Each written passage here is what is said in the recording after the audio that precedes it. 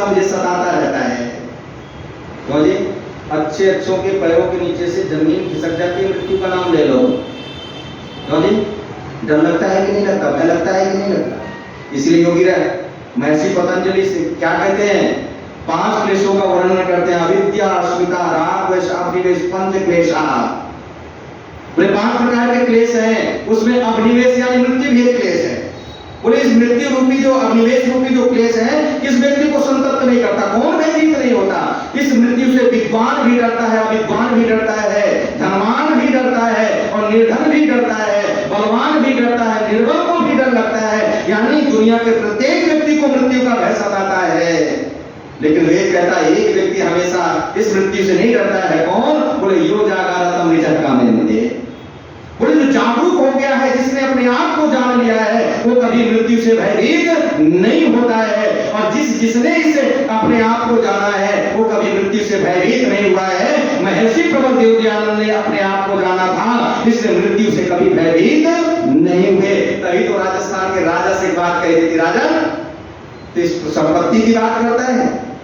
जब राजा ने मठ की संपत्ति देने की बात कही, उसका मठाधीश बनाने की बात कही, और एक बात और कही कि इस मठ की लाखों की संपत्ति है। और उस समय का आज से 200 वर्ष पहले, 150 वर्ष पहले, 170 वर्ष, 80 वर्ष पहले लाखों की संपत्ति का आज तुलना करके देखना कितने करोड़ बनती है। बोले लाखों की संपत्ति है, बस शर्त एक ही होगी, मालिक आप होंगे, लेकिन शर्त एक ही है कि भले ही तुम मूर्ति पूजा करना अथवा मत करना, लेकिन मूर्ति पूजा का खंडन मत करना। तब ऋषि ने क्या कहा था? राजन, मैं तेरी आज्ञा का पालन करूं या उस प्रभु परमपिता परमात्मा की आज्ञा का पालन करूं? और राजन सुन, ये दयानंद एक बार प्राणायाम भर करके यदि दौड़ लगाएगा तो हो सकता है कि तेरी राज्य की सीमा से दयानंद बाहर हो जाए। लेकिन राजन सुनो, ये दयानंद यदि जन्म जन्मांतरों तक प्राणायाम भर करके दौड़ लगाता रहे, लेकिन उस परमपिता परमात्मा की राज्य की सीमा से कभी बाहर नहीं हो सकता। जहां हमारी दृष्टि नहीं जाती वहां भी उसी की तो सत्ता है, इसलिए उसकी सत्ता से बाहर नहीं हो सकता। तब राजा ने क्या कहा था? बोले मेरे जैसा दानी नहीं मिलेगा, विचार कर लो। तो श्री दयानंद क्या कहते हैं? राजन, तेरे जैसा यदि कोई दानी नहीं मिलेगा तो याद रखना, दयानंद जैसा ठुकराने वाला फकीर भी दूसरा तुझे मिलने वाला नहीं है। क्यों? क्योंकि अपने आप को जिसने जान लिया है, दुनिया के किसी प्रलोभन में नहीं आ सकता है, मृत्यु का भय कभी उसे संतप्त नहीं कर सकता है। अरे तभी तो मृत्यु का भय ही तो नहीं था, तभी तो एक माँ के बच्चे के लिए अपनी बलि देने के लिए दयानंद तैयार हो गए। कुंभ का मेला चल रहा है ना, उज्जैन के अंदर चारों तरफ खुशियों का माहौल है, वातावरण है, लेकिन एक किनारे पर एक मां बैठ करके रुदन कर रही, इसकी आंखों में आंसू हैं। ऋषि की दृष्टि पड़ी, उस मां के पास में जाकर के कहते हैं, मां ये तो मेला है और मेले में तो खुशियों का वातावरण माहौल है, लेकिन तू एकांत में बैठ करके तेरी आंखों में आंसू क्यों है? तू रो क्यों रही है? कोई कष्ट है, कोई परेशानी है? तो मां सारी की सारी घटना बताती है। बोले हमारे क्षेत्र में एक ऐसा आताताई व्यक्ति है जो अपनी देवी को प्रसन्न करने के लिए, अपनी इष्ट पूर्ति के लिए, मनोवांछित कामना की पूर्ति के लिए लोगों की बलियां देता है, घर के घर उसने उजाड़ दिए हैं। तो आज बलि देने का मेरे बेटे का नंबर है, आज मेरे बेटे की बलि दी जाएगी और मेरा बेटा इकलौता है। बस यही सोच करके अभी तो बच्चा खेल रहा है, दौड़ रहा है, थोड़ी देर के बाद में वो पापी आएगा, लेकर के जाएगा और मेरे बच्चे की बलि दे देगा और मेरा बच्चा इस दुनिया से चला जाएगा। बस इसलिए मेरी आंखों में आंसू है। तो ऋषि के मुंह से शब्द निकल गए, मां तेरे बेटे का कुछ बिगड़ने वाला नहीं है। बोले क्या होगा? बोले तेरे बच्चे की जगह पर मैं अपनी बलि दूंगा। और ऋषि दयानंद उस मां के बच्चे को बचाने के लिए उस बच्चे की जगह पर अपनी बलि देने के लिए चले जाते हैं। लेकिन परमपिता परमात्मा की कृपा होती है, वहां के राजा के जो सैनिक हैं वहां पर आ जाते हैं, वो सारे के सारे पकड़े जाते हैं। जिसने अपने आप को जान लिया है, फिर मृत्यु का भय कभी उसे संतप्त करने वाला नहीं है। लेकिन ये मृत्यु का भय प्रत्येक व्यक्ति को सताता रहता है। इसने कहा, मां देवा मेरे अंदर मृत्यु का भय है, लेकिन तू कैसा है? तेरी मित्रता से मृत्यु का भय दूर हो जाएगा। बोले कैसे दूर हो जाएगा? तो भक्त कहता है, जेतारम बोले तेरी मित्रता से मेरा भय इसलिए दूर हो जाएगा कि जेतारम तू जीतने वाला है। अरे ईमानदारी से बताना, जरा जीतने वाले का साथ मिल जाए तो फिर डर लगेगा कहीं। जिस थाना क्षेत्र में आपका घर आता है वहां के थाना अध्यक्ष से यदि मित्रता हो जाए तो पूरे क्षेत्र में सीना खोल करके घूमेगा। बोले जानता है यहाँ का जो थाना अध्यक्ष है वो मेरा मित्र है। और कहीं जिलाधिकारी से मित्रता हो जाए फिर क्या करोगे? फिर तो यही कहोगे जानते हो यहाँ का जो जिलाधिकारी है, डीएम है, वो कौन है? मेरा मित्र है। फिर उसे किसी से डर लगने वाला नहीं है। और कहीं आपके प्रांत के जो मुख्यमंत्री है उनसे मित्रता हो जाए, पूरे प्रांत में डर नहीं लगेगा। और प्रधानमंत्री से मित्रता हो जाए, पूरे देश में कहीं डर लगने वाला नहीं है। तब कहा जेतारम तू जीतने वाला है, तेरी मित्रता से मेरा भय दूर हो जाएगा। तब ईश्वर कहता है भक्त सुन, केवल मैं ही जीतने वाला नहीं हूं, दुनिया के लोग जीतने वाले हैं। उनको अपना मित्र बना ले। तब भक्त कहता है सुनो, दुनिया के लोग जीतते तो हैं, लेकिन जहां दुनिया के लोग जीतते हैं वो हारते भी हैं। क्यों? ऐसा कोई व्यक्ति देखा है जो हमेशा जीतता रहे, हारे ना? क्यों जी? कितना भी बड़ा पहलवान क्यों ना हो, कभी ना कभी तो हार होती ही है। तब भक्त कहता है, ईश्वर कहता है, भक्त कहता है कि दुनिया के लोगों को मैं मित्र तो बना दूंगा, लेकिन दुनिया के लोग जहां जीतते हैं वो हारते भी हैं। लेकिन तू कैसा है? तो भक्त कहता है अपराजितम, तू अपराजित है, कभी हारता नहीं है, तू तो जीतता ही जीतता है। तब ईश्वर कहता है भक्त, यदि तू मुझे अपना मित्र बनाना चाहता है तो तुझे कुछ बनना पड़ेगा। बस आपसे भी निवेदन कर रहा हूं, यदि उस परम पिता परमात्मा को मित्र बनाना चाहते हो, उसके सानिध्य को प्राप्त करना चाहते हो, उसके समीप जाना चाहते हो, तो कुछ बन जाना। और क्या बन जाना? तो मंत्र कहता है वाजिनो, वाजी बन जाना। और वाजी का अर्थ क्या किया विद्वानों ने? पूरे घोड़ा बन जाना। फिर आप कहेंगे तो बड़ी विचित्र बात है, शास्त्रों में तो यह आया है कि ईश्वर की प्राप्ति मनुष्य शरीर में होती है, और यहाँ पर क्या बनने के लिए कहा जा रहा है?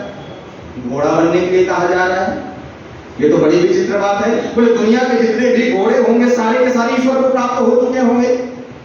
तो विद्वान कहते हैं सुनो, वेद घोड़ा बनने की बात नहीं कर रहा है, अरे वेद तो घोड़े के गुणों को जीवन में उतारने की बात कह रहा है। यदि उस परम पिता परमात्मा को अपना मित्र सखा बनाना चाहते हो तो घोड़े के गुणों को अपने जीवन में उतार लेना। और जिस दिन घोड़े के गुणों को आपने अपने जीवन में उतार लिया, परम पिता परमात्मा मित्र बन जाएगा, सखा बन जाएगा। और जब परमात्मा मित्र बन जाएगा तो कोई भी समस्या आपके जीवन में आने वाली नहीं है। घोड़े को संस्कृत में क्या कहते हैं? अश्व कहते हैं। और अश्व का शाब्दिक अर्थ करेंगे तो क्या बनेगा? आमाने नहीं, स्वामाने कल। बस घोड़े के इस गुण को अपने जीवन में उतार लेना। और घोड़ा क्या कहता है? ऐ दुनिया के लोगों, मेरा एक गुण है, और वो गुण क्या है कि वर्तमान में जीना, भविष्य की चिंता मत करना। लेकिन ईमानदारी से बताना, चिंता किसकी है? यदि व्यक्ति वर्तमान में जीने लग जाए, भविष्य की चिंता ना करे, भविष्य की चिंता है तभी तो लोगों ने 10-10 हजार करोड़ जमा कर रखे हैं। बोले भविष्य की चिंता मत करना, क्या करना? अपने वर्तमान को ठीक कर लेना, वर्तमान में जीना प्रारंभ कर देना। आज इस देश में नौयुवक भी दुखी है, यहाँ का वृद्ध भी दुखी है। और ये दोनों क्यों दुखी है? क्योंकि नौजवान को यदि चिंता है तो किसकी चिंता है? वो उसे भविष्य की चिंता है। और वृद्ध क्यों दुखी है? वृद्ध हमेशा अतीत में जीता है, भूत में जीता है। और कैसे भूत में जीता है? इन वृद्धों से पूछना जरा, जो 70-75 वर्ष के हो गए हैं, नौयुवकों को देखा दौड़ लगाते हो, और क्या कहते हैं जानते हो? आज से 20 वर्ष पहले, 30 वर्ष पहले इसी तरह से हम भी दौड़ लगाते थे, ये काम कर लेते थे, ये करते थे। बस यही देख करके सोच करके वो दुखी हो रहा है। इससे वो क्या कहा? मंत्र क्या कहता है? अरे भविष्य की चिंता मत करना और भूत का चिंतन मत करना। क्या करना? बस वर्तमान को ठीक कर लेना। और एक बात कही, यदि भूत का चिंतन करोगे तो ये भूत दुख देने वाला है। क्या देने वाला है? भूत दुख देने वाला है। भूत काल का कभी किया हुआ अच्छा काम भी दुख दे जाता है। और कैसे दुख दे जाता है भूत काल का किया हुआ अच्छा काम? मान लो कहीं पार्टी थी, निमंत्रण आया, आप पहुंच गए और वहां देखा बहुत प्रकार के व्यंजन लगे हुए हैं, कई प्रकार की सब्जियां हैं, शाही पनीर है, कढ़ाई पनीर है, मिक्स वेज है, दाल भी कई प्रकार की लगी हुई है। मिठाइयां भी कई प्रकार की हैं। पत्नी तो घर में क्या देती थी, शुगर था, इसलिए मीठा खाने को नहीं मिलता था, लेकिन आज पत्नी नहीं है साथ में, मीठा भी बड़े प्रेम से खाया, कई प्रकार की सब्जियां खाई। फिर अगले दिन घर पहुंच गए और घर में कौन सा भोजन मिला जो आपके स्वास्थ्य के अनुकूल था? सूखा फुल्का और एक सब्जी, एक दाल। और जैसी थाली सामने आई, भोजन को देखा और देख करके कल का किया हुआ खाया हुआ शाही पनीर याद आ गया, मिक्स वेज याद आ गया। फिर क्या विचार करते हैं, कल तो शाही पनीर था, मिक्स वेज था, कढ़ाई पनीर था और कई प्रकार के मिष्ठान भी थे, मीठे भी थे, लेकिन आज थाली में क्या, सूखा फुल्का और एक सब्जी। बस सोच करके दुखी हो गया।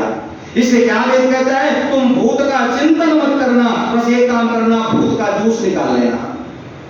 लेकिन भूत नाम आते इन लोगों के पैरों के नीचे से जमीन भी खिसक जाती है। और भूत से डर लगता है कि नहीं लगता?